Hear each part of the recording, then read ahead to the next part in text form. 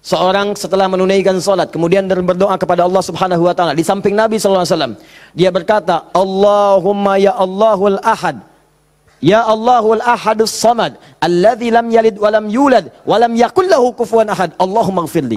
Kata Nabi, da'awtallaha bi asma'il a'zam, idza du'iya bihi azaba wa idza su'ila biha a'ta. Engkau baru saja bermohon kepada Allah dengan menyebutkan nama-namanya yang paling dahsyat, yang kalau engkau berdoa dengan mengawali nama-nama itu, maka semua doa akan dikabulkan, semua permintaan akan diberikan. Hadis selesai. Perhatikan baik-baik, fokus, fokus, fokus. Tapi seringkali terjadi ada orang memohon, rasanya sulit kemudian untuk terkabul. Minta ini susah, minta ini lambat, minta ini sulit. Dan ini melanggar kaidah yang umum. Kaidah umumnya mengatakan setiap berdoa akan dikabulkan sepanjang itu baik bagi dirinya. Dan itu memang baik, tapi kenapa tidak masuk gitu? Misal kaidah standarnya di Al-Quran surah kedua Al-Baqarah ayat 186. Paling kiri sebelah bawah. Wa idza sa'alaka 'ibadi 'anni fa inni qarib ujibu da'watad da'i idza da'an falyastajibu li wal yu'minu bi la'allahum yarshudun. Kata Allah, Muhammad SAW, sampaikan kepada umatmu, sampaikan kepada umatmu, jika kalian nanti ingin mencari Allah, kamu ditanya, ada yang ingin mencariku, mencari Allah, katakan padanya, enggak usah dicari, saya dekat. Itu memberi harapan.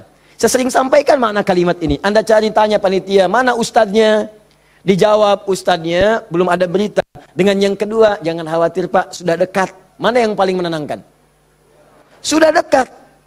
Sudah dekat. Nah, ketika ada yang bertanya padamu, Muhammad, saya ingin mendekat kepada Allah. Jawab, tidak usah repot, Allah dekat. Silahkan kau mendekat kepada Allah, dan Allah akan dekat dengan kita, silahkan. Psikologis memberikan harapan.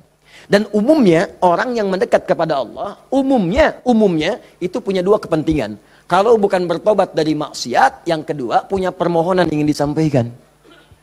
Makanya sebelum diungkapkan itu dijawab oleh Allah. Saya tahu paling hambaku kalau mau datang mau minta. Silahkan cek.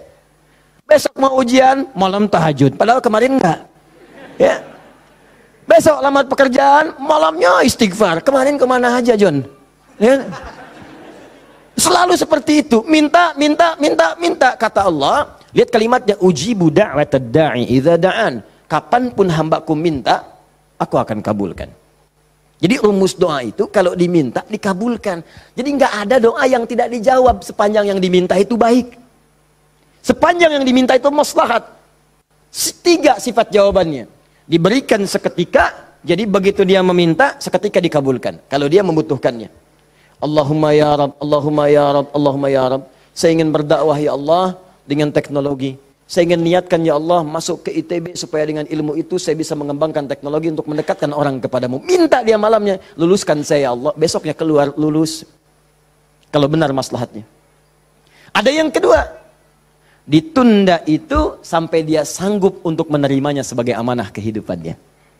Tidak seketika dijawab, tapi nanti ketika dia sanggup baru diberikan. Karena kalau Allah berikan dalam hal tidak sanggup, tidak adil Allah. Karena Allah tidak memberikan ujian pada yang tidak sanggup. La yukallifullahu nafsan illa usaha. Jadi sekali lagi sering saya katakan, kalau Anda sedang diuji, jangan mengeluh. Karena Anda pun dipercaya oleh Allah. Allah yakin dengan Anda, kenapa Anda ragu? Jadi kalau Anda sekarang punya musibah, punya ujian, entah di rumah tangga ujiannya berat, entah di kantor misalnya ujiannya berat, entah dalam kehidupan, semuanya, semua orang tidak ada yang tidak punya ujian, semua diuji. Wala nabluwannakum bisyai, kata Allah, Quran surah kedua ayat 155. Semua yang hidup punya ujian. Dan sifat ujian itu tidak akan diberikan pada yang tidak sanggup. La yukallifullahu nafsan illa wus'aha. Kalau kamu nggak sanggup, saya nggak akan berikan, kata Allah.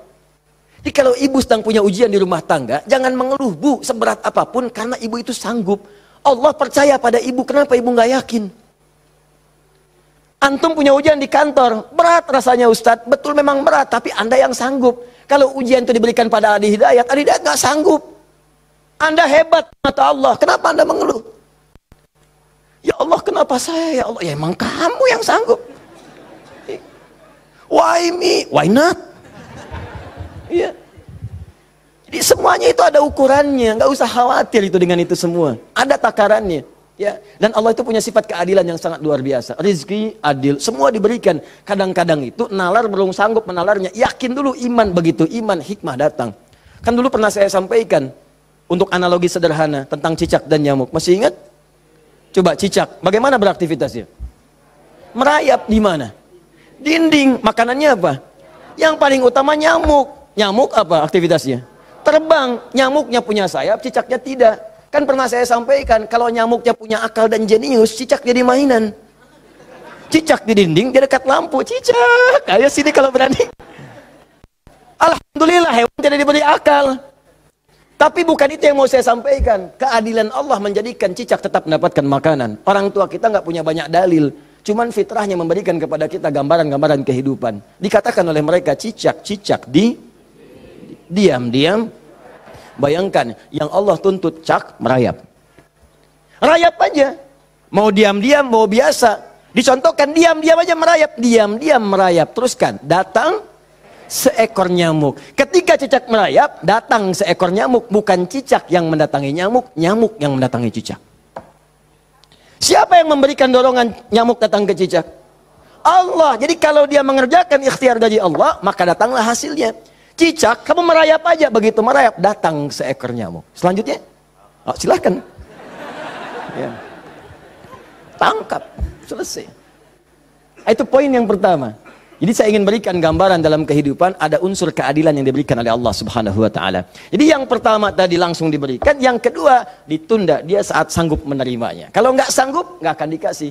Anda punya anak 5 tahun, ya, pengen minta hadiah pada Anda. Bobo, motor.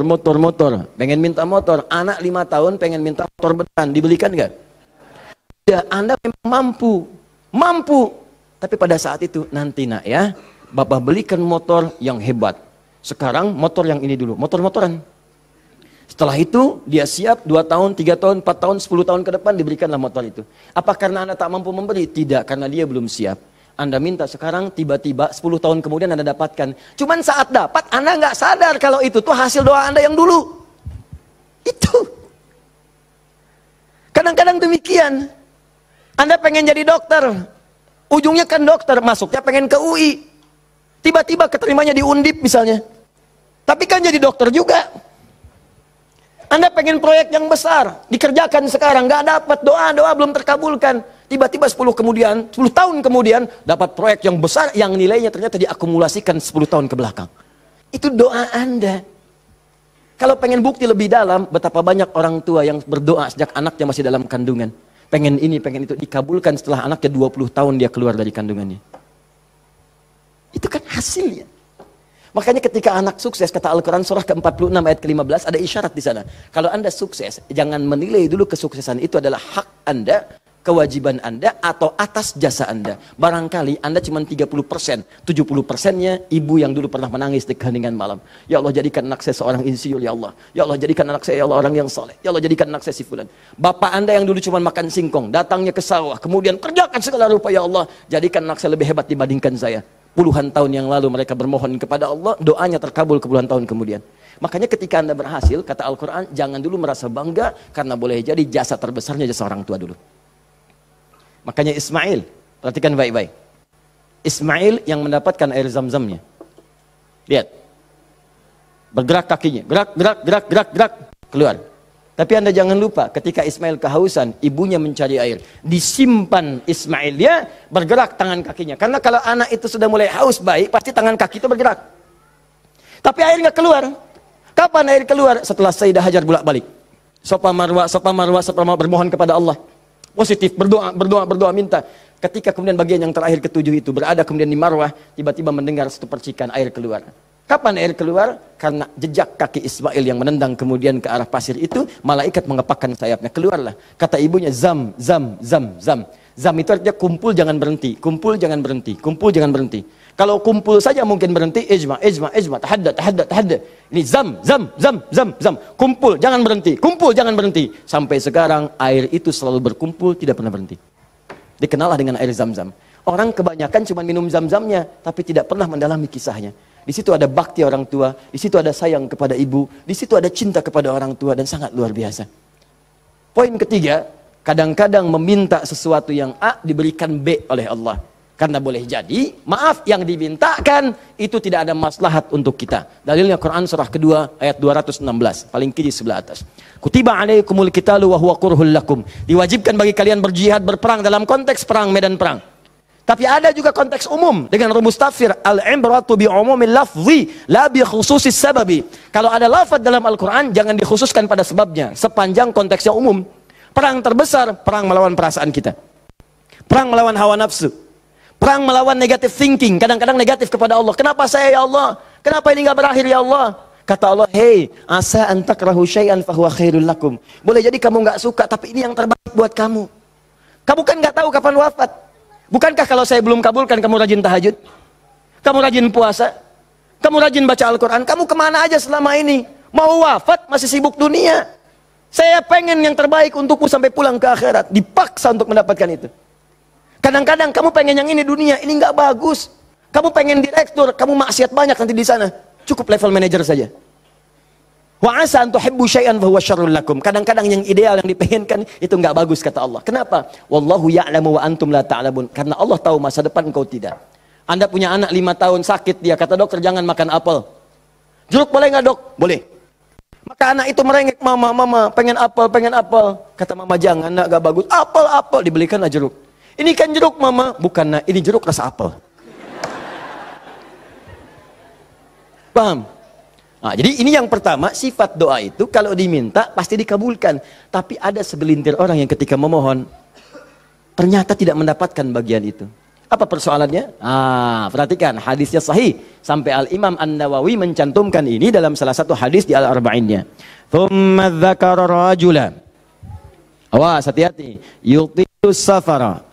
Thumma dzakara rajula yutilus safara asy'atha aghbara. Lalu Nabi mengisahkan tentang seorang lelaki yang menempuh perjalanan panjang sampai tampilannya penuh debu. Ya, bahasa Inggrisnya kurang lebih the kill of the kumel. Ya. Jadi udah banyak debu lah ya dalam dirinya. Awas ya, yamuddu yadaihi ilas sama, lalu mengangkat tangannya ke langit, ngangkat tangan. Nanti saya ajarkan fikih mengangkat tangan ya. Fayaqulu ya Rab, dan dia berkata ya Rab. Fokus sebentar. Orang ini kisahnya itu punya permohonan yang sangat berat ingin disampaikan. Penting permohonannya, sangat pengen dijawab. Lalu dia melihat cara doa cepat dikabulkan. Di antaranya ada 3. Ada 3. 1, doa dalam perjalanan. Perjalanannya perjalanan pada ketaatan, bukan maksiat. Awas hati-hati, bukan perjalanan maksiat dan bukan jalan-jalan biasa. Awas hati-hati. Kau mau kemana? Mau ke Hawaii? Titip doa ya. Doa orang safar kan dijawab. Tuh yang umrah, yang haji, itu kan? Ya, itu yang dimintakan. Mohon, minta. Tapi kalau yang perjalanan maksiat tidak. Bro, mau kemana? Las Vegas. Titip doa ya. Itu belum dimohon dan ditolak. Ya, belum dimohon. Jadi 1, menempuh perjalanan panjang. 2, orang yang mengangkat tangan. Jadi usahakan nanti saat berdoa itu biasakan mengangkat tangan. Nanti ada fikihnya. Ada yang cuma 1 jari misalnya, ya saat khutbah Jumat khatib ada. Ya, ada yang kemudian mengangkat tangannya, ada yang rendah, ada yang tinggi, ada yang posisi begini ada saat istisqa. Yang standar itu angkat kedua tangannya, ya sejajar dengan dadanya di sini, sejajar. Sini ya. Dan nggak usah malu. Allah itu kan tidak akan malu untuk memberi. Justru Allah itu dalam hadis sahih, Allah akan merasa malu, di sini bahasa kiasan, majas maksudnya. Membiarkan seseorang yang mengangkat tangannya, kemudian dalam keadaan hampa, artinya tidak menjawab doanya. Dia ada seorang bertanya kepada Rasulullah, ya Rasulullah bagaimana seorang berdoa mengangkat tangannya? Kemudian Nabi mengatakan, bagaimana menurutmu kalau ada seseorang meminta kepadamu menengadahkan tangannya begini? Ustaz, tolong Ustaz. Di depannya langsung begini. Dua-duanya begini. Kata orang ini, saya malu kalau nggak ngasih. Saya malu kalau nggak ngasih. Maka kata Nabi, Allah lebih merasa malu. Karena Allah itu sifatnya lebih dalam dibandingkan dengan hamba. Rahmannya, rahimnya, pemberinya, wahabnya. Kata Nabi, Allah lebih merasa malu ketika membiarkan seorang mengangkat tangan memohon dan meninggalkan dalam keadaan hampa. Ya, jadi Anda mengangkat, itu biasanya sejajar dengan dada di sini yang standar. Kalau saya biasanya mendekatkan seperti ini dan menggabungkan di antara jemari di garis-garis yang ada ini. Kan garis kita itu kan ada garis kan, kanan kiri. Ya, biasanya kalau saya mendekatkan begitu kemudian menyatukan dan meluruskan lalu bermohon kepada Allah. Ya, nanti ada lagi fikih yang lain menghadap kiblat dalam keadaan berwudu ada, tapi poinnya mengangkat tangan. Ya, standarnya mengangkat sejajar dada, boleh seperti ini renggang boleh, mau dirapatkan seperti tadi boleh. Ya, saya memilih untuk yang merapatkan. Ya, silahkan bebas. Yang penting di sini ada dalil mengangkat tangan boleh saat berdoa. Baik, 2, 3, memohon didahului dengan al-asmaul husna. Memohon didahului dengan al-asmaul husna. Masih ingat yang pertama tadi apa? Safar, perjalanan jauh. Kedua, mengangkat tangan. Ketiga, dibuka atau didahului dengan al-asmaul husna. Ya, awas fokus. Dalilnya apa? Langsung dari Al-Quran dan sunnahnya. Di Al-Quran misalnya, Quran surah ke-17. Sudah? Dari ayat 110-nya. Ketika Allah sampaikan, Qul Allaha awid'ur rahman ayyamma tad'u falahul asmaul husna. Ada? Paling kanan, agak sedikit ke tengah. Qul Allaha. Hei, kalau kamu punya kebutuhan, panggil Allah. Panggil Allah. Bukan panggil dukun, bukan panggil paranormal, bukan panggil yang macam-macam. Panggil Allah, minta, karena Allah sudah janji. Allah sudah berjanji dalam kandungan kita di Quran surah ke-7 ayat 172. Wa idz akhadha rabbuka min bani adama min zuhurihim dzurriyyatahum wa ashhadahum ala anfusihim. Awas, alastu bi rabbikum? Qalu bala syahidna. Ketika Allah mengambil perjanjian pada setiap anak cucu Adam. Awas, hati-hati, sejak dalam masa kandungan. Di tafsir di Al-Arba'in, di hadis Nabi riwayat Abu Abdurrahman Abdullah bin Mas'ud radhiyallahu taala anhu. Awas, nomor 4 posisinya di Al-Arba'in, paling kiri sebelah atas. Disampaikan, inna ahadakum yujma'u fi batni ummi, kata Nabi, 40 yawman nutfah, thumma yakunu 'alaqah, thumma yakunu mithla dhalika mudghah, thumma yursalu ilaihi al-malak. Awas, fayanfukhu fihi ar-ruh wa yaktubu bi arba'in, wa yu'maru bi katbi arba'in. Ya, bi katbi rizqihi wa ajalihi as'idun huwa am syaqiyyun. Awas, hati-hati, dalam usia 4 bulan ditiupkan nafasnya. Awas, masuk ruhnya, ditiupkan ruh, bernafas dia, ditetapkanlah 4 hal, terjadilah perjanjian pada saat itu. Perjanjian pertama, alastu bi rabbikum, apakah engkau berikrar mau menjadikan aku sebagai Rabb? Siap? Apa? Kenapa menyebut Rabb? Padahal Allah bisa mengatakan begini, alastu ilahakum, alastu rahmanakum, tapi Allah mengatakan alastu bi rabbikum, bukankah aku Rabbmu? Rabb tidak disebutkan kecuali mengandung sifat rububiyah. Rububiyah itu perawatan, pengawasan, perhatian. Sifatnya yang paling pendek disebut dengan murabbi. Karena itu guru orang tua disebut murabbi. Karena orang tua memperhatikan, orang tua merawat. Kalau tanpa batas, perawatannya cepat, perhatiannya dalam, hilangkan kalimat mimnya, muncullah kalimat Rabbnya. Maka Allah disebut dengan Rabbun. Kalau kita meminta, Allah lebih cepat pemberiannya dibandingkan dengan hamba. Dan tidak ada batas. Rabbun, Rabbun, Rabbun. Makanya setiap kita minta, disebutkanlah kalimat Rabb itu. Silahkan cek, setiap permintaan ada kalimat Rabbnya. Rabbana atina fid dunya hasanah wa fil akhirati hasanah wa qina adzabannar. Rabbana zalamna anfusana rabbighfirli wa liwalidayya la yukallifullahu nafsan illa laha ma wa 'alaiha mak. Rabbana la tu'akhidna in nasina aw akhtana. Jadi kenapa disebutkan kata Rabb itu memberikan isyarat, seakan-akan mengatakan begini, maukah engkau berikrar menjadikan aku, bersaksi aku sebagai Tuhan, nanti yang saat engkau hidup aku akan perhatikan kau. Aku akan berikan kebutuhanmu. Aku akan sembuhkan kalau sakit. Aku akan penuhi apa yang kau minta. Akulah Rabb. Dengan sifat rububiyahnya. Makanya setiap Anda minta Rabb, Rabb, Rabb, Rabb, Rabb, Rabb. Jelas? Saya kembalikan. Ketika Anda memohon kepada Allah, dahulukan dengan al-asmaul husna. Qul Allah, panggil Allah, minta. Kalau ada masalah minta, ya Allah, maaf ya, bukan bikin status. Bukan bikin status. Diuji dengan musibah yang dibikin status. Aku tidak menduga akan seperti ini.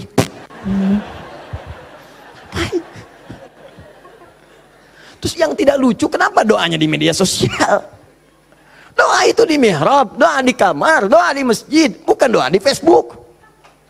Ya, doa di Instagram, doa di Facebook. Aminkan ya, like.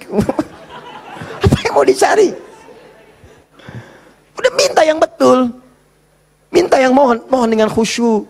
Mohon. Quran surah 7 ayat 205. Wadhkur rabbaka fi nafsika tadarruan wa khifatan wa dunal jahri minal qaul. Kalau butuh sesuatu, sebut nama Allah dalam jiwamu. Bukan dalam media sosialmu. Bukan di WhatsAppmu.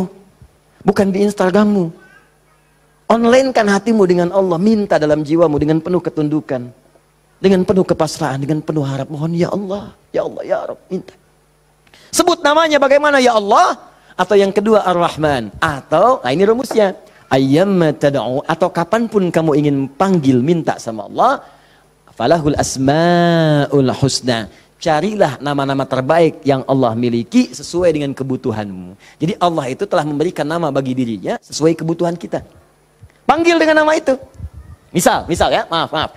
Anda terkait rezeki nih, mau bekerja, pengen rezeki yang berkah. Panggil namanya ya Allah, sambungkan dengan nama Asmaul Husnanya. Ya Allah, ya Razzaq. Teman-teman yang kuliah di kampus, di sekolah, besok mau ujian atau mau masuk sekolah belajar pertama, supaya diberikan ilmu yang dalam. Ya Allah, ya Alim. Allahumma faqihni fid din, wa alimni ta'wil. Ya Allah, ya Alim. Rabbi zidni ilma, warzuqni fahma. Ya Allah, ya Alim. Punya ujian berat, ya Allah, ya Sabr. Diganggu di pekerjaan, di aktivitas, ya Allah, ya Malik, ya Jabbar. Minta. Dan jangan semua harus disebutkan. Nanti yang tidak dibutuhkan jadi muncul. Ya Allah, ya Rahman, ya Rahim, ya Malik, ya Kudus. Memang boleh, nggak apa-apa. Kalau untuk ibadah, bacakan itu boleh. Tapi kalau untuk bermohon, saya sarankan cari yang sesuai kebutuhan. Kalau mau ibadah dengan menyebut nama saja boleh, silakan. Tujuannya apa? Zikrullah bidzikri asma'il husna. Zikir kepada Allah dengan menyebut al-asmaul husna boleh. Ya Allah, ya Rahman, ya Rahim, ya Malik, ya Kudus, sampai akhir. Saya dulu ujian pertama kali masuk jurusan akidah, begitu masuk pertama kali, soal ujian di akidah itu cuma 3, tapi setiap akan menjawab 3 itu selalu harus dituliskan al-asmaul husna dari awal sampai akhir dengan hadisnya plus tafsirnya, baru boleh jawab soal. Betul, itu ujian saya dulu begitu. 3 soal, Anda bayangkan, setiap soal al-asmaul husna dulu, tulis dengan dalilnya, hadisnya. Hadis itu dibagi 2, hadis pokoknya, hadis klasifikasinya. Setelah itu tafsirnya, baru boleh jawab soal. Pertanyaannya mungkin gampang. Misalnya, berapakah rukun iman itu? Cuman sebelum dijawab, tulis dulu tadi itu. Ini spidol. Ini jari telunjuk saya. Habis ujian itu mirip nih, begini. Betul. Cuman saya nggak foto aja dulu itu. Ya. Saya pikir kenapa Ustadz saya begini ya. Akhir-akhir baru sadar saya. Allahu Akbar. Rupanya beliau ingin menanamkan kedekatan kita dengan Allah dimanapun berada. Sebab kalau kita mengingat, menuliskan terus, maka dia akan sampai apa yang kita tuliskan merasap ke dalam tangan kita. Minimal jadi saksi di hari kiamat. Ya. Di penanya, di hati kitanya, di bawahnya. Sehingga ingin merasakan taqarrub ilallah dalam setiap keadaan kita. Cari itu. Dapatkan, mintakan. Mohon. Nah, 3 syarat ini terpenuhi di orang tadi. Perhatikan, perjalanan jauh dia tempuh. Sampai tadi banyak debu. Angkat tangan diangkat, yamudu yadayhi ilas sama. 3 dia minta dengan al-asmaul husna. 3-tiganya lengkap. Seharusnya doa dia dikabulkan 3 kali lebih cepat dari orang biasa. Karena 3 hal tadi dipenuhi. Qurannya ada, hadisnya ada. Bahkan Sayyid Sabiq itu pernah menulis kitab Al-Aqaid Al-Islamiyah. Dalam bab al-asmaul husna disebutkan hadisnya populer. Hampir kalimat-kalimat tauhid di kitab-kitab hadis ada hadis ini. Seorang setelah menunaikan salat kemudian berdoa kepada Allah Subhanahu wa taala di samping Nabi sallallahu alaihi wasallam, dia berkata, "Allahumma ya Allahul Ahad. Ya Allahul Ahadus Samad, alladzi lam yalid wa lam yulad wa lam yakul lahu kufuwan ahad. Allahumma ighfirli." Dia sebelum mintanya Allahumma ighfirli, tapi sebelum minta didahului dengan al-asmaul husna. Kata Nabi, "Atadri madza tad'u? Atadri madza da'ut?" Tahukah engkau bagaimana engkau baru saja berdoa? Allah wa Rasulullah alam, saya enggak tahu ya Rasulullah maksudnya apa. Kata Nabi, "Da'utallaha bi asma'il a'zam. Idza du'iya bihi azaba wa idza su'ila biha a'ta." Engkau baru saja bermohon kepada Allah dengan menyebutkan nama-namanya yang paling dahsyat.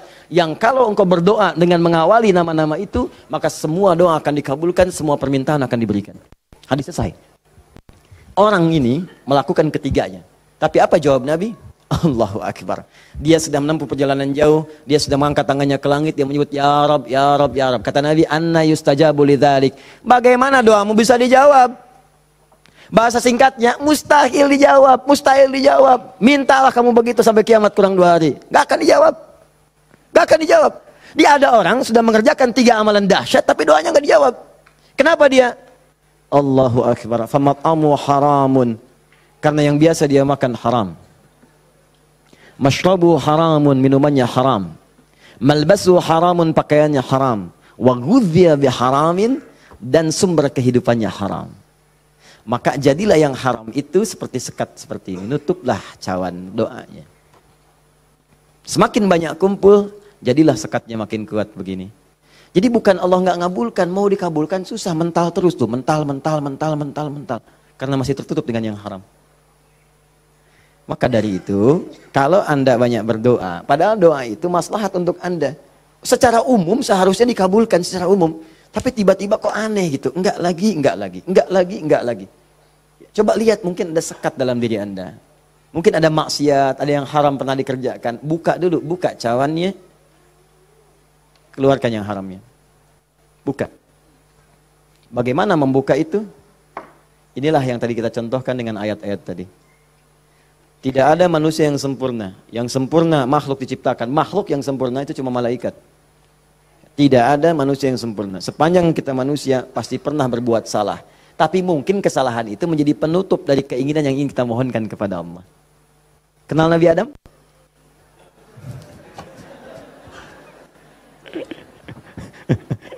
Alhamdulillah. Habis puasa dapat Lailatul Qadar, kenal Nabi Adam.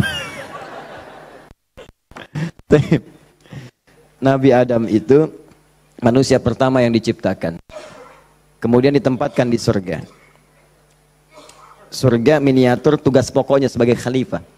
Bukan surga yang akan kita tinggali nanti. Secara singkat, di surga itu diberikan dua sifatnya, baik sebagai nabi ataupun sebagai manusia. Untuk pelajaran bagi kita anak cucunya. Disebut Bani Adam, semua anak manusia yang lahir sampai dengan nanti kiamat menjelang, itu semua anak cucu Adam. Ingat ya, disebut Bani Adam. Bani itu anak cucu sampai habis, Bani anak cucu. Jadi semua berasal dari Adam. Jangan pernah dengarkan, jangan pernah mau menyimak kalau ada orang mengatakan manusia bukan berasal dari Adam. Kalau ada yang mengatakan manusia berasal dari monyet, nggak usah dengarkan. Bilang aja kalau Anda berasal dari monyet, silakan, jangan ngajak-ngajak saya. Ya, Bani Adam. Nah, ketika dimasukkan ke surga, maka nikmat surga itu kan diberikan, jaminan kan, Nabi kan dijamin kan, Rasul dijamin kan, maka langsung dimasukkan. Tapi di situ dilatih sifat kemanusiaannya. Apa sifat kemanusiaannya? Quran surah kedua ayat 35. Wala taqraba hadhihi syajarata fatakuna minadh zalimin. Awas. Wa qulna ya Adam uskun anta wa zaujukal jannah. Kami firmankan Adam, kamu dan pasanganmu, istrimu masuk ke dalam surga. Wa kula minha haitsu syi'tum ragadan haitsu syi'tum. Silakan nikmati semua kenikmatan di surga. Wala taqraba. Tapi jangan dekati ini. Jangan sentuh yang ini. Hadhihi syajarata, pohon yang ini. Sentuh pun gak boleh, mendekat gak boleh. Awas. Jadi nanti ada yang dahsyat, larang itu, larang. Perintahnya ada yang mendekat pun gak boleh. Apalagi dikerjakan. Zina, perintahnya wala taqrabu zina, jangan dekat-dekat. Jadi kalau ada perintah dalam Al-Quran jangan dekat-dekat, berarti dosanya gede, besar. Mendekat ya gak boleh. Kalau dikerjakan makin dahsyat dosanya. Makanya zina masuk ke dalam sab'ul mubiqat, 7 dosa besar. Dekat-dekat aja gak boleh.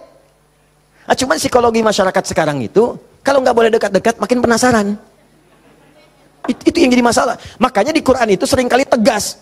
Kerjakan jahanam, kerjakan neraka. Harus begitu. Karena ada orang itu kalau dilarang suka penasaran. Nih, lubang, jalan. Di lubang ini ada buaya, lompatnya tinggi. Ada tulisan di sini, hati-hati, dilarang nengok.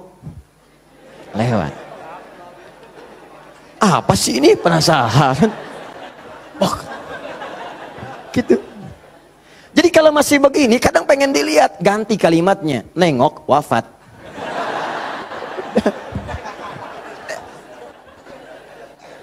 Selesai. Udah. Itu sederhana gitu. Ya, makanya banyak kalimat di Quran tuh begitu. Hati-hati. Ya, orang yang merencanakan pembunuhan berencana, Quran surah 4 misalnya kan, An-Nisa. Ya, misal, dia ayat ke 92-nya. Wa may yaqtul mu'minan muta'ammidan fajaza'uhu jahannam. Orang yang sengaja merencanakan pembunuhan, satu orang beriman saja, maka dia sudah pesan kapling neraka jahanam. Khalidan fiha, kekal di dalamnya. Wa ghadiballahu alaihi, Allah murka kepadanya. Wa la'anahu dila'nat wa 'adalahu 'adzaban 'azima, dan dijanjikan siksa yang dahsyat. Siapa yang pengen pesan kapling di neraka jahanam? Maka muncul yang seperti itu, datang. Saya kembalikan ke sini, maka caranya adalah buka dulu ini nih. Buka dulu sekatnya. Tidak ada yang sempurna. Makanya Nabi Adam ketika kemudian ditempatkan di surga, surga ujian ya, bukan surga yang akan kita tempati. Dari mana dalilnya Ustadz? Karena di surga nanti kita itu sudah nggak ada ibadah lagi. Nggak ada ibadah. Nggak ada yang salat lagi, nggak ada yang puasa lagi. Cukup di dunia aja. Di akhirat tinggal mendapatkan hasilnya. Kita panen nanti. Ya, jangan terlampau soleh. Cita-cita di surga supaya bisa sholat tahajud. Allah, terlampau soleh. Udah tahajud di dunia aja. Nyampe sana tinggal nikmati. Tinggal dinikmati. Kebiasaan dunia masuk semua. Ya Allah, makan nikmat, pengen anggur, gak usah jauh-jauh, tinggal ngambil. Masya Allah. Ustadz merokok boleh nggak? Silakan, ambil apinya di neraka. Ya.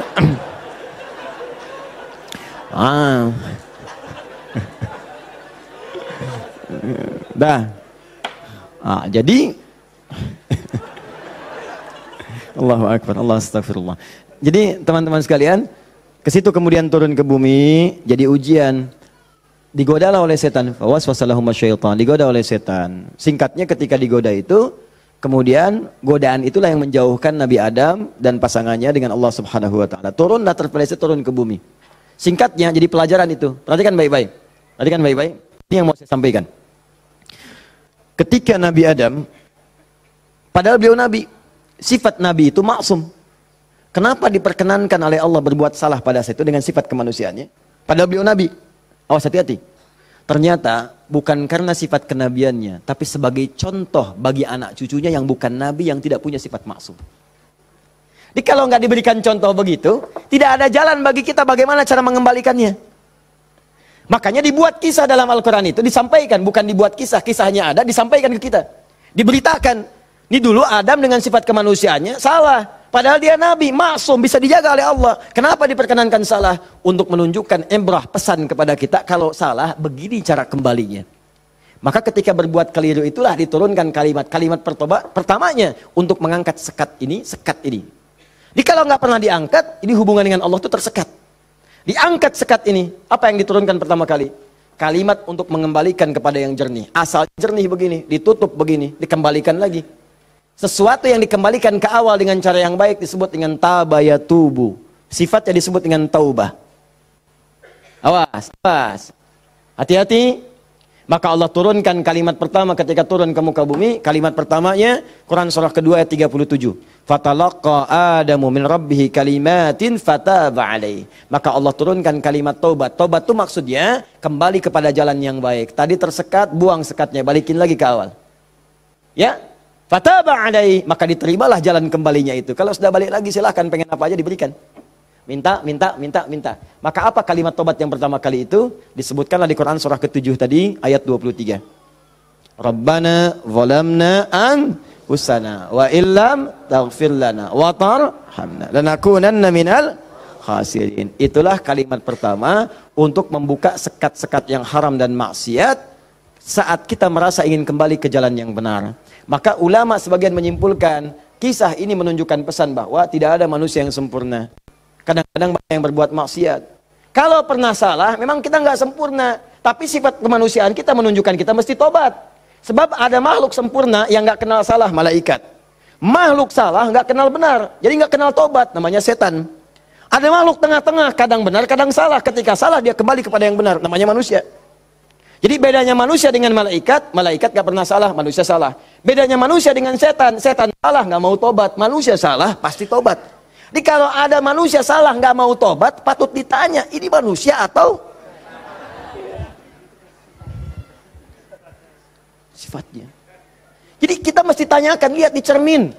Kalau Anda pernah punya salah, pasang cermin yang besar, tanya, kamu ini manusia apa setan? Manusia. Setan. Manusia. Setan. Saya manusia. Saya mesti tobat. Kamu kalau nggak tobat sekarang, wafat kamu. Tuliskan. Nggak tobat, wafat. Tuliskan. Sujud Anda. Bangun malam. Minta. Nangis. Minta. Tobat. Kalimat itu. Makanya setelah kalimat itu dibacakan, baca. Muncullah kemudian ayat 26-27-nya itu. Ya Bani Adama. La yaftinannakumus syaitanu kama akhraja abawaikum minal jannah. Hei anak cucu Adam, anak cucuku, disebut anak cucu. Jadi kisah tadi itu buat kita yang bukan nabi, bukan rasul. Jangan sampai kamu digagalkan oleh setan, digoda setan. Seperti dulu bapak ibumu, kakek nenekmu dipelesetkan begitu. Kamu jangan sampai terjadi seperti itu lagi. Kalau kejadian begini cara pulangnya. Makanya kalau ingin berdoa, pertama kali sebelum meminta, lulus ujian kah, lancar rezeki kah, damai di rumah tangga, buka dulu skatnya. Supaya apa yang kita minta mudah masuk semuanya. Jelas? Buka. Kalimat pertama standarnya, Rabbana zalamna anfusana wa illam taghfir wa tarhamna lanakunanna minal. Nah, ini yang paling standar, dosa standar. Ya, dosa standar itu jangan dipahami harus dilakukan, tidak. Ya, kalau dikerjakan, begini awal membuka sekatnya. Paham? Saya cepat. 2, agak naik level dosanya. Ini satu contoh dosa ini agak besar yang ini. Bahkan dosanya bisa lebih dahsyat kalau direncanakan, diniatkan. Misal, maaf ya, maaf. Saya pun mengagendakan nanti di tahun ini mudah-mudahan bisa Allah berikan kesempatannya. Saya pengen juga bisa safari ke pesantren-pesantren, ya, lembaga permasyarakatan, ya, Sukamiskin misalnya, kemana lagi, bisa lihat. Saya pengen sampaikan kepada mereka bahwa Anda nggak ada yang sempurna. Tidak ada yang sempurna. Semua orang pernah berbuat salah. Cuman kita bisa berubah. Dan banyak di masa lalu orang yang banyak salah. Ada pemabuk, pezina, pembunuh, dan mereka memilih tobat. Dan ternyata dijamin surga oleh Allah Subhanahu Wa Taala lewat lisan Nabi. Kenapa kita nggak bisa? Ini dosa yang pernah dilakukan dalam kasus pembunuhan. Kalau yang ini tidak sengaja, sifatnya tidak sengaja.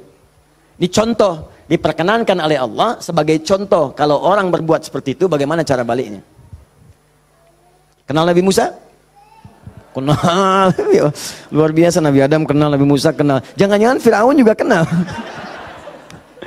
Ya Allah. Saya tuh kalau Firaun suka ingat suka bumi itu hubud dunia. Suka bumi hubud dunia, suka hubun bumi dunia. Saya tanya di panggung, ada yang kenal Firaun? Kenal. Masya Allah. Di sini masih agak mendingan lah Nabi Adam, Nabi Musa. Sana Firaun. Nabi Musa paham semua kisahnya. Secara singkat kemudian sedang beliau berpetualang. Secara singkat ya. Jalan menemukan 2 orang berselisih. Berselisih sampai mau berantem. Dipisah sama Nabi Musa. Dipisah. Udah dipisah sama beliau, pisah, jangan begini, ini nggak bagus. Dipisahin singkatnya. Saat dipisahin itu, ini belum ada pengangkatan sebagai nabi, ya. Saat dipisahkan itu, tiba kemudian ternyata salah satu yang berselisih itu adalah dari kelompoknya, kampungnya lah, golongannya. Sama-sama tanah kusir misalnya gitu kan. Malah ngadu, Musa kamu gimana? Kamu kan teman saya, sekampung kita nih, ini merendahkan kita nih. Ayo keroyak bareng-bareng. Ini provokasi kata Musa, diluruskan oleh Musa. Diluruskan. Begitu diluruskan masih ngotot, diberi pelajaran, tampar oleh Musa. Nabi Musa itu kekuatannya, teman-teman sekalian, setiap nabi itu punya kekuatan 10 kali laki-laki biasa. Dan Nabi Musa terkenal sebagai nabi juga yang paling kuat. Tampar, wafat. Nabi Musa. Alhamdulillah Nabi kita Nabi Muhammad. Ya, Nabi Musa juga baik, semua nabi baik, semua nabi baik. Ingat, jangan dipotong kalimat saya, nabi kita semuanya baik. Semua baik. Semua baik, semua baik, semuanya baik, semuanya baik. Baik, tampar wafat. Begitu ditampar, padahal Musa melakukan sesuatu yang benar dan nggak ada niat memberi pelajaran aja niat. Niatnya memberi pelajaran, bagus, bang benar. Tapi begitu kemudian dia wafat, ada perasaan bersalah. Apa doanya kemudian pada saat itu diabadikan dalam Al-Quran? Rabbi inni zalamtu nafsi faghfirli. Yang indah fataba alaihi. Rabbi inni zalamtu nafsi, ya Allah aku salah, zalim saya. Padahal nggak diniatin loh Pak Bu, nggak diniatin, cuman kejadian gitu kan. Dan itu belum ada pengangkatan sebagai nabi, belum. Nanti diangkatnya setelah bertemu nanti kisah yang lainnya. Di secara singkatnya terjadilah peristiwa itu, lalu turunlah kemudian diabadikan doanya dalam Al-Quran. Rabbi inni zalamtu nafsi. Jadi kalau ada di antara kita, misal pernah berbuat siapapun, tingkat kesalahannya sampai ke sini, nggak sengaja, atau pernah berbuat yang serupa, cepat taubat. Karena kalimatnya sudah turun. Nanti kalau sampai hari kiamat gak taubat, lebih berat lagi. Coba mau berkata apa di hadapan Allah Subhanahu Wa Taala? Hei, aku kan dah turunkan kalimat di bumi supaya kamu taubat. Kamu kan pernah bunuh orang kan? Tanggal sekian, jam sekian, kamu kejar-kejar, kamu tembak, kamu bom, kamu bunuh, kamu tusuk, kamu pukul, kamu macam-macam kan? Ada semua rekamannya terbuka. Aku turunkan kalimat taubat lengkap dengan kisah tuntunannya. Kenapa kamu gak taubat? Mau jawab apa? Allah sudah kasih cara pulang tapi nggak digunakan. Allah nggak salah kan di situ. Diturunkan kalimatnya dan bahkan dijamin fataba alaih, diampuni oleh Allah. Ayo balik lagi. Makanya 2000 tahun setelah Nabi Musa, lahir Nabi Muhammad SAW, itu di antara sahabat-sahabat yang jadi sahabat terbaiknya, kan dulu banyak yang hobinya juga begitu, jahiliyah. Ada yang hobinya berkelahi. Kenal Umar bin Khattab? Umar bin Khattab radhiyallahu ta'ala anhu, luar biasa, tegas, kekar, wah, senang duel sebelum masuk Islam. Siapa yang berani dengan saya? Ayo naik ke bukit itu, Jabal Qubais ditunjuk, bukit paling favorit. Naik ke sana, yang sekarang ada istana raja di situ. Ya di samping Zam-Zam itu. Naik. Sebelum berduel dengan saya, pamit dulu pada ibu yang telah melahirkannya, karena dia akan pulang tanpa nama. Umar, Allahu Akbar. Apa yang terjadi? Masuk Islam, halus. Toha, tersentuh, masuk Islam. Lalu kasarnya berubah menjadi tegas, dipakai melindungi Nabi SAW, dipakai menegakkan syariat dengan baik. Kehalusannya muncul. Sampai datang, tengok orang jadi khalifah, perhatikan orang, luar biasa. Tegasnya muncul. Ya, waktu Abdullah bin Ubay bin Salul itu, seorang munafik, kalau sholat di belakang Nabi, saf paling depan. Tapi begitu bubar, provokator paling pertama Abdullah bin Ubay bin Salul. Begitu keluar, Muhammad nih SAW. Mecah belah kita aja. Datang ke sini pengen jadi pemimpin. Dia punya masjid sini, kita bikin masjid yang lain. Bikin dirar. Selalu dipecah. Orang dah siap-siap perang Uhud, di pertengahan jalan, diprovokasi, balik aja balik. Pasukan musuh lebih kuat, ayo balik-balik. Sepertiga berputar desersi. Anda bayangkan. Tapi apakah Nabi langsung menghukumi? Tidak. Nabi kenapa nggak dihukumi? Umar, gergetan saya. Ya, kata Nabi, kan belum jelas kelihatan nampaknya. Nanti jadi fitnah, pecah nanti semuanya, karena dia masih dianggap pemimpin di kalangan yang lainnya. Biarlah nampak nanti Allah berikan hujahnya untuk dia. Satu kali, tapi kalau di depan baik, di belakang menusuk dari belakang. Satu kali sakit. Begitu saat sakit itu, anak Abdullah bin Ubay bin Salul, anaknya namanya Abdullah, baik, soleh. Nah ini juga jangan simpulkan kalau keluarga misalnya bapaknya nggak bagus, pasti anaknya nggak bagus, belum tentu. Belum tentu. Kenal Abu Jahal? Anaknya Ikrimah. Bapaknya musuh Nabi luar biasa, anaknya pembela Nabi yang paling hebat, penunggang kuda yang dahsyat, saf paling depan kalau jihad. Sampai Nabi itu dengan menghormati Ikrimah tidak pernah menyebut Abu Jahal di depan Ikrimah. Jangan singgung bapaknya, jangan. Supaya anak ini dalam ketenangan. Abdullah bin Ubay bin Salul anaknya taat, namanya Abdullah juga. Sakit bapaknya datang kepada Nabi. Ya Rasulullah, bapak sakit, kata Nabi, ya berikan ini, kasih air, berangkat pulang sana. Katakan dari Nabi. Datang senang pulang. Ya abadi, papa ini dari Nabi. Apa sih Muhammad? Lempar, habis. Sampai sekarat disampaikan, datanglah Nabi ke rumahnya. Tapi nanti saat turun surat Taubah itu untuk dilarang menyolatkan. Begitu datang ke tempatnya, apa yang dikatakan? Manjanya luar biasa. Ya Rasulullah, itu di depan Abu Bakar, ada Umar dan yang lain-lain. Ya Rasulullah, biarkan aku wafat dengan mengenakan jubah terluarmu. Apa kata Umar? Ya Rasulullah, izinkan aku memenggal kepalanya. Itu cuman jubah aja kok, pakai aja. Dia meninggal. Itu Abdullah bin Ubay bin Salul. Hidupnya begitu meresahkan, wafatnya begitu kolokan. Ya. Tapi habis. Nah, jadi yang pertama itu, coba, udahlah, banyak yang tobat. Umar jadi bagus, tukang begal, Jundub bin Junadah, wah, sekampung begal tobat, jadi dai, sekampung jadi soleh semua. Saking dahsyatnya, kampung itu dikenal di kemudian hari, namanya Ghifar. Sampai dikenal dengan Abu Dzar al-Ghifari, sampai Al-Imam An-Nawawi mengutip hadisnya, di Al-Arba'in itu nomor hadis 18. Ya, Jundub bin Junadah. An Mu'adz bin Jabalin wa Jundub bin Junadah radhiyallahu ta'ala anhuma qala Rasulullah sallallahu alaihi wasallam. Ya, ittaqillaha haitsu ma kunta wa atbiz sayyatil hasanatan amhuha. Ainal hadis? Mana hadis? Mana Qur'annya? Apa yang antum kerjakan tiap hari? Ngitung lagi. Mana bekal antum tuh pulang? Minimal sehari satu hadis. Ambil, walaupun enggak hafal hadis kan enggak mesti hafal, baca hadisnya, lihat terjemahannya, amalkan isinya. Buka konsepnya. 57 hadis kitab iman, tiap hari baca satu. Antum pebisnis, keluarkan hadis-hadis bisnis, tiap hari satu. Kalau Al-Quran hafalkan, satu hari satu ayat, tak apa-apa. Pulang punya hujah di hadapan Allah. Ini tiap hari ngitung-ngitung dunia, wafat tinggal semua. Apa yang mau antum ambil? Berharap surga lagi. Takutlah kepada Allah, mulai yang baik. Jundub bin Junadah taubat, dikenal dengan Abu Dzar al-Ghifari. Puncaknya, mungkin ada orang pernah juga lebih daripada ini. Dia berzina, dia mabuk, dia macam-macam. Pokoknya mengoleksi dosa lah. Ya, orang ngoleksi mobil, orang ngoleksi mushaf, dia ngoleksi dosa. Jadi kalau nggak berdosa itu nggak enak. Kamu ngapain aja, si fulan sudah begini, oh masa besok saya lakukan yang lebih daripada itu. Jadi ngoleksi dosa, tumpuk dia. Yang begini pun, itu masih diberikan kesempatan Allah dengan oleh Allah diturunkan satu kalimat. Yang kalau dikerjakan, diamalkan isinya, diterima taubatnya. Turunlah Quran surah 39 ayat 53 tadi.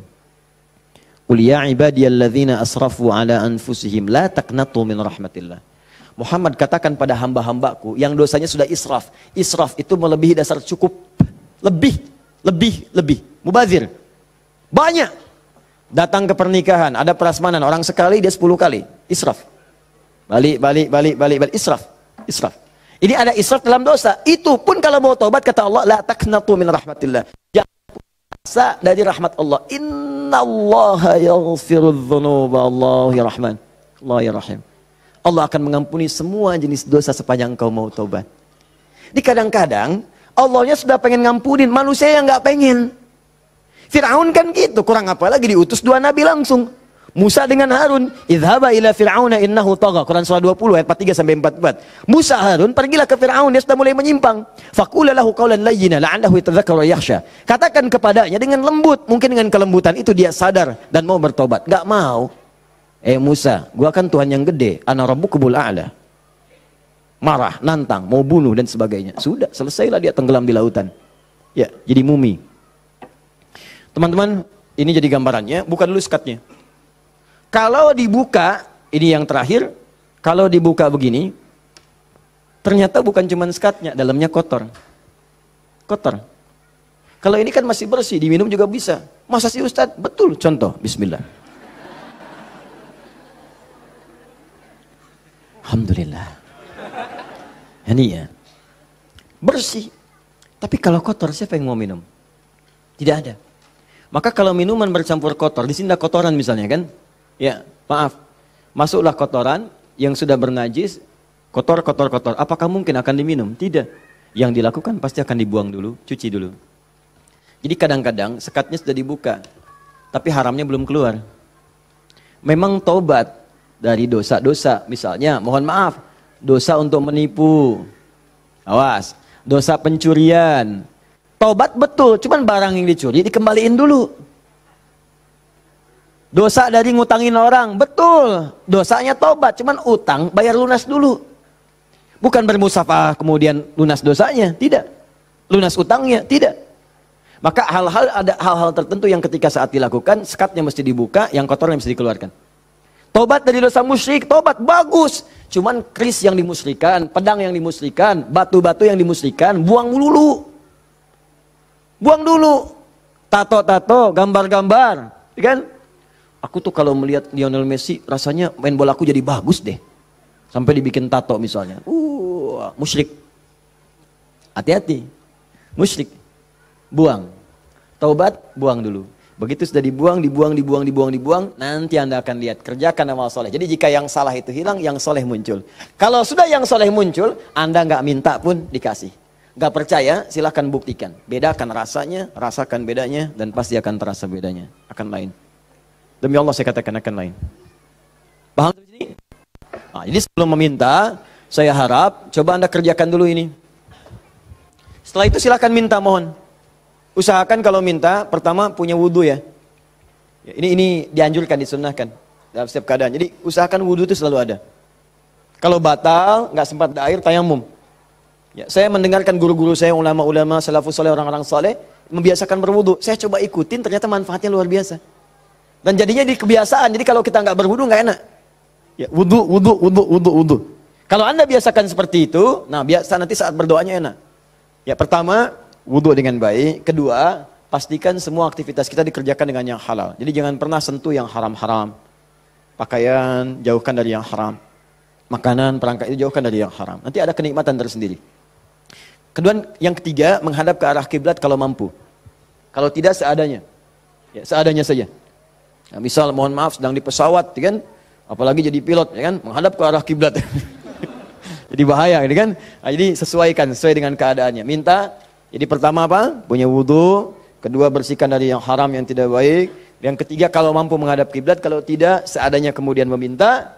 Ya, lalu yang keempat tadi masih ingat dengan al-asmaul husna, yang kelima angkat tangannya kalau memang di situ diperkenankan mengangkat tangan. Nanti kalau sudah seperti itu silahkan pilih doa-doanya. Ini doa yang sudah menikah, yang kemudian belum mendapat keturunan, ini doanya. Quran surah ketiga ayat 38 sampai 39 tambah Quran surah 19 ayat 3 sampai 15. Kalau bisa dilakukan di mihrab. Jadi di rumah bikin mihrab. Nggak harus ada ruangan. Sehamparan sejadah kalau memang ruangannya terbatas, sehamparan sejadah tapi minta dengan benar. Ya, minta dengan benar dan yakin kepada Al-Qur'an. Ya.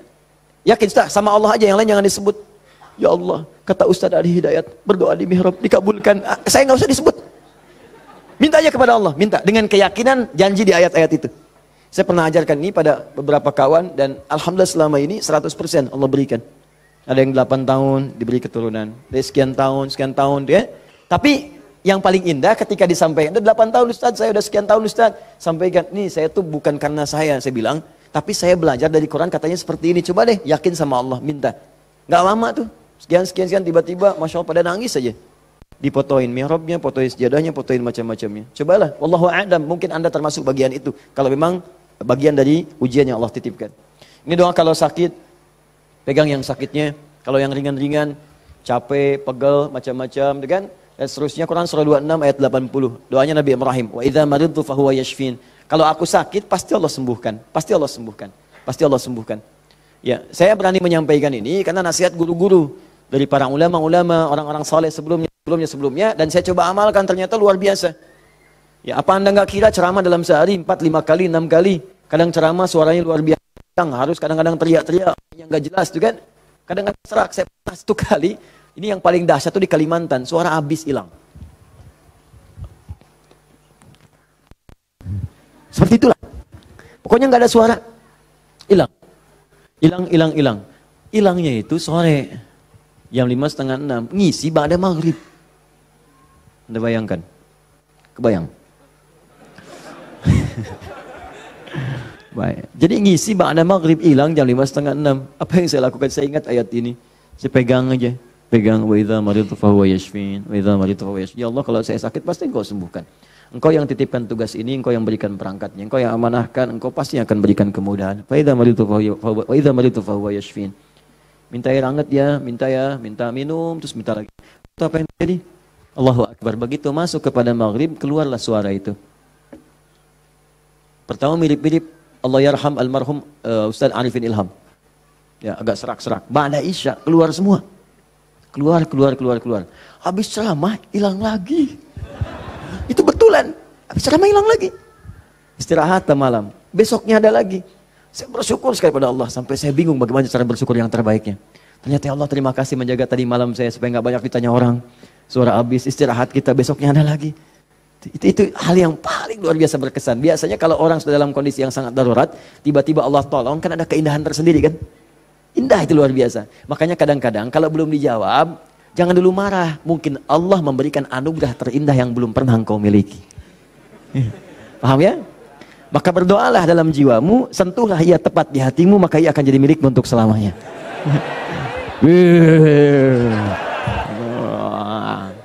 Catat. Nah, kalau penyakitnya parah, kata dokter nggak bisa, yang ini Quran surah 21 ayat 83 sampai 84. Ini sering saya sampaikan.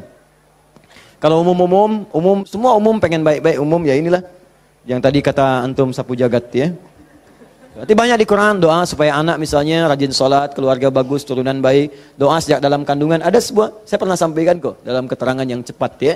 Silahkan, ada banyak indeks sekarang, ada banyak buku-buku, tinggal dikeluarkan. Kalau saya boleh pesan, sebetulnya kalau mau komplit, beli aja buku hadis. Ya, nggak mahal kok. Antum tuh lebih senang pulsa dibandingkan ilmu. Heran saya orang sekarang. Dulu orang ketemu ulama minta doa, sekarang minta foto. Aduh, sampai saya juga kepikiran apa nyetak aja yang banyak ya. Ustaz minta foto, nih, Ustaz minta foto nih gitu. Aduh. Allahu Akbar, astagfirullah. Nah, ini teman-teman sekalian, itu barangkali yang sekiranya bisa disampaikan. Jadi dengan itu saya ingin tunjukkan bahwa insya Allah selama kita hidup, Allah pasti akan mudahkan, kecuali yang kita persulit. Jadi kalau sudah diberikan kemudahan, jangan dipersulit. Paham ya?